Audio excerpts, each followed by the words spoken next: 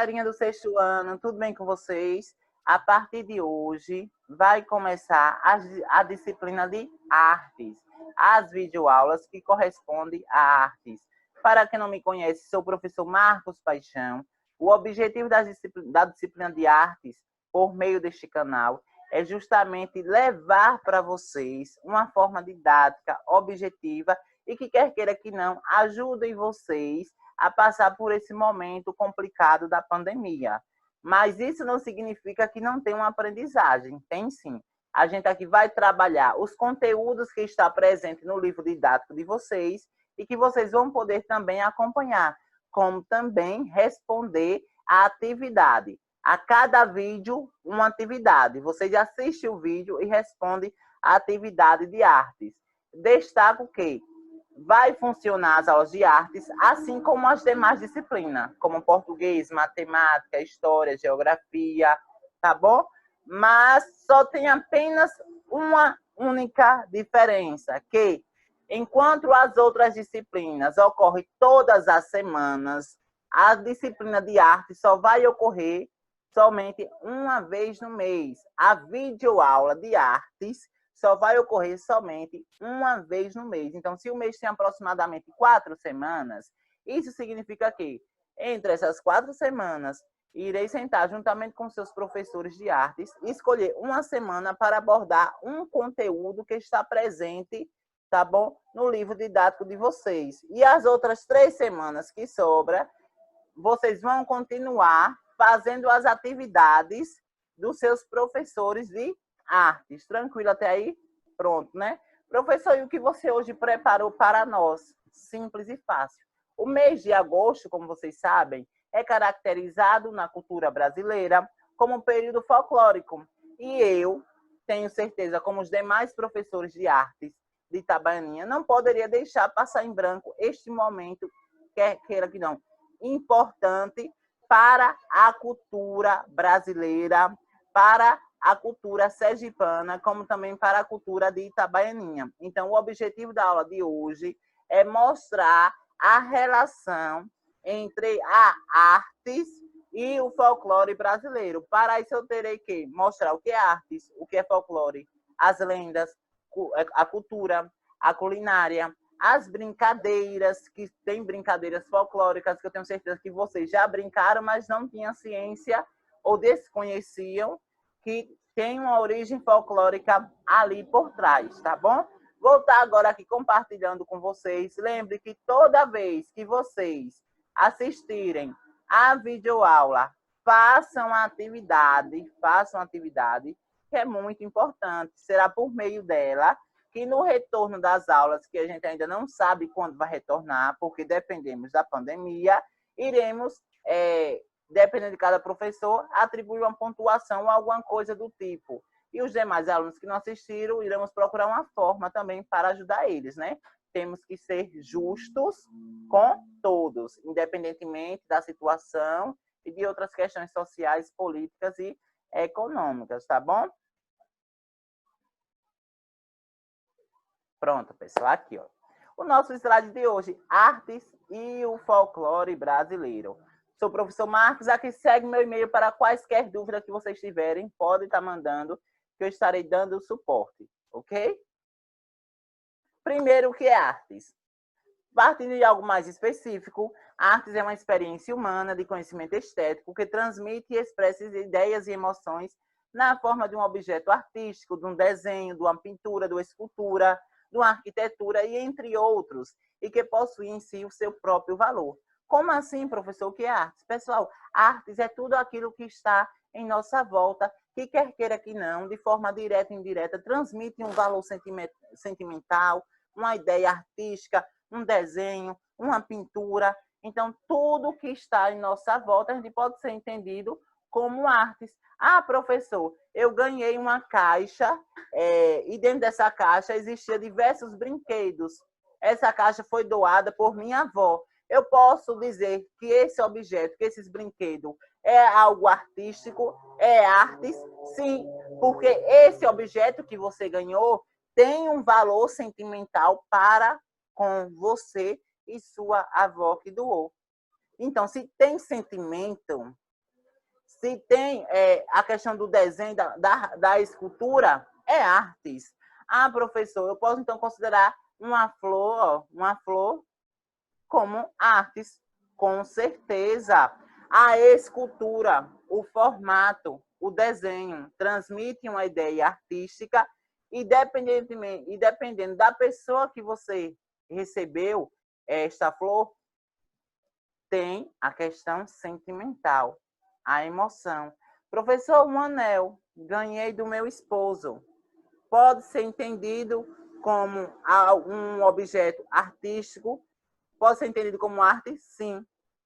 Tem formato, é um desenho e tem um valor sentimental. Então, tudo que está à nossa volta, seja questão de cor, questão de escultura, todos os elementos da diferença que está em nosso entorno pode ser entendido como artes. Um celular pode ser entendido como artes. Professor, um celular é um aparelho tecnológico. Sim, é um aparelho tecnológico. Mas ali por trás tem todo um sentimento. Se for um telefone doado pelo seu pai e sua mãe, que infelizmente, porventura da vida, não está mais aqui, aquele celular vai transmitir para você um valor estético, um conhecimento estético, mas só que ao mesmo tempo não se trata de um desenho, de uma pintura, de uma escultura, né? Porque tem um formato e o valor sentimental. Então, se tem o seu valor sentimental no seu próprio ser, no seu próprio objeto, é artes. E porque artes é universo, artes é diferença, artes é cor, tá? Artes é diversidade. Então, tudo que está no universo pode ser entendido, que vai depender muito de sua interpretação, de sua análise, pode ser entendido como artes. Não vai ser eu, professor Marcos Paixão, que vai dizer se o desenho que você tem na última folha do seu caderno é artes. Não. Quem vai dizer é você, né? A expressão que ele expressa para você. Isso é artes. E aí já falei para vocês o que é artes e o que é o folclore brasileiro. Antes de mais nada, pessoal, eu quero que vocês entendam que cada região do Brasil, seja norte, sul, leste, oeste, cada região possui sua própria cultura. Isso é fato. E a junção dessas diferentes culturas forma o folclore brasileiro. Se a gente for, por exemplo, para a região de Pernambuco, Recife, a gente vai se deparar muito com a cultura do Bumba Meu Boi. Mas se a gente for, por exemplo, para essa região mesmo de Sergipe, a gente vai encontrar outras culturas, como a dança do parafuso, como a festa do lambe sujo, que é uma outra cultura, mas que a cultura da região do Recife, da região sul, da região norte, não é superior à região nordeste. Quando se trata de cultura, não se compara. Cultura não se compara, ok? Você pode perceber a diferença entre elas, mas não pode se comparar, porque quando você compara, você está colocando uma cultura sobre a outra, e não existe cultura sobre a outra. Todas as culturas estão no mesmo patamar, tá bom? Então, a junção de diferentes culturas é que vai formar o folclore brasileiro. O folclore hoje ele é entendido, sobretudo, como um conjunto de tradições e manifestações populares transmitidas de geração para geração, sendo constituído por lendas, mitos, superstições, canções, festas populares, crenças, jogos, adivinhações e ditados populares. Percebam como o folclore brasileiro é rico. Percebam como o universo artístico, o universo da arte, ao qual nós, sujeitos, estamos inseridos, ele é rico. Então, não pode apenas pensar, o folclore é só lenda. Não. O folclore é múltiplas questões, tá? Desde que seja passado em geração em geração. Vocês vão perceber aqui na aula de hoje que as quadrilhas juninas, né? As quadrilhas de banco não, tá? As quadrilhas juninas, elas são entendidas como uma manifestação, como uma festa popular e automaticamente como um elemento do folclore brasileiro. Vejamos, né? Aí, como se deu a questão do folclore? Como o folclore surgiu, professor Brasil? Pessoal, o folclore surgiu a partir do encontro de 3 povos. Que povos foram esses? Os europeus, os indígenas, que hoje são chamados de nativos, que são os índios, e os povos negros que vieram lá da África. A junção destes povos. Juntaram, né? Vamos pensar assim desse modo, a junção dessas três culturas, desses três povos, contribuíram para a construção, para a formação do folclore brasileiro. Se vocês pararem para observar, por exemplo, as lendas, tem lendas que é de origem europeia, mas que com o encontro destes três povos passaram a ser necessariamente uma lenda de característica brasileira, tá? Então, ó, que essa imagem perfeitamente, a junção dos três povos é que é formado a cultura brasileira. Se algum dia na rua, em qualquer espaço que você estiver, e alguém perguntar, como a cultura brasileira ela foi formada? Vocês respondem, ela foi formada a partir do encontro de diferentes culturas, lá no período da colonização. É um pouquinho de história, mas eu não vou adentrar não, tá? Então, a nossa cultura hoje, ela é rica. O nosso universo artístico, ele é rico porque ele é derivado da própria cultura e do encontro de tais povos. Vejamos, olha só. Aqui, pessoal, são algumas lendas folclóricas. Eu não vou detalhar de forma específica, mas eu tenho certeza que vocês já viram lá no 5º ano, no 4º ano, 3º, enfim, né? Que é o folclore brasileiro. Quem nunca viu falar na lenda do Negrinho do Pastoreiro? Isso é uma lenda super conhecida. O boto cor-de-rosa, que tinha surgido lá na Amazonas, né? Que tinha aparecido para os pescadores, né? Aí temos o Curupira. Professor, o que é o Curupira? Seria um ser humano, um homem, né, no seu formato, que mora nas matas, tá? Mas só que seus pés têm sentido contrário, são para trás. Os pés são para trás e o calcanhar é para frente. Então ficou conhecido como Curupira. A lenda da Yara. Como, professor, a lenda da Yara? Aquela sereia que canta, né? Então, normalmente nos filmes, quando passam, as sereias cantam, né? Então, é derivado aí, pessoal, é de origem justamente dessa lenda da Yara. O boi-bumbá, característica específica da região de Pernambuco, Recife, né? E que até hoje se preserva. E um dos mais conhecidos, que vocês, até no próprio desenho do Sítio do Pica-Pau Amarelo, passou aí o Saci Pererê, né? Então, a partir daí, vocês conseguem perceber de como o universo artístico, a arte em si, ela é rica. E essa riqueza ela deve ser valorizada e preservada, né? A arte é o quê, pessoal? Olha, cor, tá? Ela é vida. E aqui, comidas folclóricas. Sobretudo a região Nordeste, tá? Foca na região Nordeste porque somos daqui, então temos que valorizar a nossa cultura. Então, as comidas folclóricas, que podem ser entendidas também como comidas típicas. Vocês sabiam que o acarajé, né, sobretudo da região da Bahia, da região de Salvador, é uma comida típica, mas que essa comida típica também pode ser entendida como uma comida folclórica. A pamonha, né? Tudo que é feito basicamente do milho é comida folclórica, é uma comida típica. O bolo de ovos, o cuscuz temperado, a feijoada. Pessoal, sobre a feijoada eu tenho uma ideia, tá? E uma informação importante para vocês. A feijoada, ela é de origem africana. Mas que com o processo do encontro daquelas culturas, a feijoada ela passou a agregar, ela passou a ter novos elementos, tá? Normalmente era só o feijão e alguns elementos. Foi o feijão, a carne de porco e a carne de boi, a feijoada tradicional. Mas que com a mistura do Brasil, passou a ganhar verduras, né? Então, se vocês param para observar, cada pessoa, se você perguntar ao seu pai e sua mãe, vai ter uma ideia diferente sobre a feijoada, que é uma comida típica popular, como também de origem folclórica. A tapioca, o bolinho de milho, o próprio milho, são comidas típicas e folclóricas. Temos o que também, pessoal, aqui para vocês, as brincadeiras folclóricas. Aqui, como vocês já sabem, né, é conhecido como amarelinha. Mas em outros locais é conhecido também como amarelão, ou se não de macaco. Vamos brincar de macacão. Então, é justamente aquele risco no chão que fazem quadrinho e se brincam tem que ser mais de 2 participantes. E são brincadeiras que vocês podem estar fazendo aí em suas casas nesse período de pandemia, para o tempo disfarçar, para o tempo passar, na verdade. A brincadeira de pinhão, né? A disputa entre peões, né? Que jogam e faz aquele círculo, eles ficam jogando uma disputa. Temos também o pular-corda, são brincadeiras folclóricas, tá?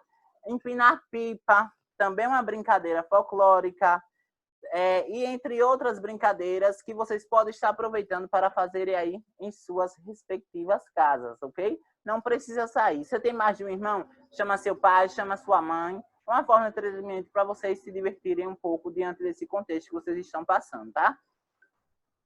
E aí a cultura popular sergipana. Foca um pouquinho na própria cultura, né, de Sergipe, que ela é extremamente interessante e super fantástica. Vejamos. Vocês sabiam que na cidade de Laranjeiras, tá? Existe uma festa popular chamada de Lambe-Sujos e Caboclinhos. Professor, o que é essa festa? Normalmente ela ocorre, tá? Todo ano, é uma cultura sergipana, ocorre na cidade de Laranjeiras, onde as pessoas se pintam de lama, ou se não, de uma tinta específica. Eles se pintam de preto, porque estão fazendo referência ao processo de escravidão dos povos sergipanos, dos negros que aqui tiveram no período da colonização e do Império. Então, vejamos. Este personagem aqui, pessoal, é o que faz a frente. Então, ele faz a frente, que representa o rei, e todos os manifestantes atrás seguem ele, tá? Então, essa é a única questão. E aí são batucadas, eles são sempre alegres. Se você, por exemplo, é visitante e você for acompanhar, você tem que se pintar.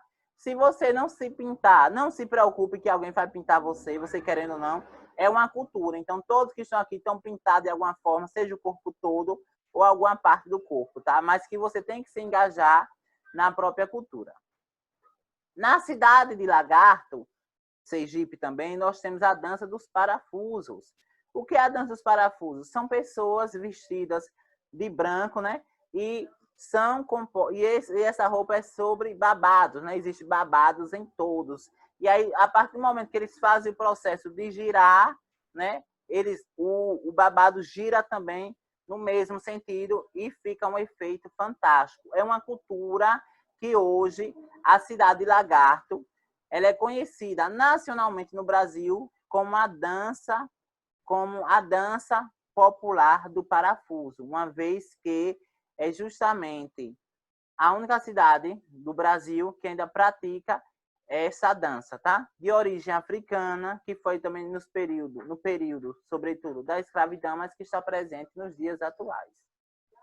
Aí temos as quadrilhas juninas. Quem é que não gosta de uma quadrilha, né? Aquele forrozinho a chama, aquele forrozinho arretado. Então, as quadrilhas juninas é uma característica específica do Nordeste, na verdade, uma região do Nordeste. Todo ano temos competição de quadrilhas juninas no Brasil, tá? Mas o Nordeste é onde é a vida, onde é o foco, onde é a diversidade de cores. Então, aqui é que se encontra as quadrilhas juninas. Nós temos, aqui se a gente for analisar quais são os elementos artísticos que nós temos aqui, pessoal. Vamos analisar essa aqui primeira imagem. A roda, que é um desenho, remete a um desenho. As cores, tá? Remetem a emoção. Na outra nós temos escultura, aqui atrás é um cenário, é escultura, uma arquitetura. As cores novamente, as bandeirolas, tá? Então, tudo isso aqui são elementos artísticos, são elementos da artes e que está presente no folclore brasileiro. E as quadrilhas, ela é folclórica, tá? Ela é de origem folclórica. E a gente encerra a nossa aula de hoje. É bem básica, né, pessoal? Bem básica. Com a seguinte mensagem que eu quero que vocês levem para as suas respectivas vidas, que vocês passem para os seus familiares e assim sucessivamente. A mensagem é basicamente o seguinte: viver não é esperar a tempestade passar, é aprender como dançar na chuva. Então, vocês dancem na chuva sempre, não no sentido literal de dançar na chuva, mas que vocês aprendam diariamente com seus entes queridos, mas, sobretudo, não esperar dos outros, sempre dê o primeiro passo, tá? Não esperar, não ser dependente, ser independente. Encerro aqui a aula de hoje, pessoal, mas antes de encerrar, eu quero mandar um abraço, tá? Para vocês e que vocês abracem o projeto das videoaulas de artes com muito carinho, que eu estarei aqui à disposição de todos para tirar quaisquer dúvida.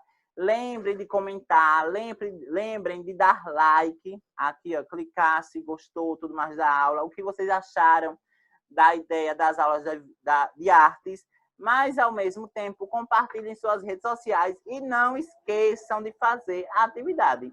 Não adianta apenas assistir a videoaula e não fazer atividade, né? Pois é por meio dela que iremos observar o desenvolvimento de cada um de vocês. Do mais, espero que vocês fiquem bem, fiquem em paz e até a próxima aula, tá bom? Lembrando que é uma aula por mês. Valeu, galera. Fiquem em paz.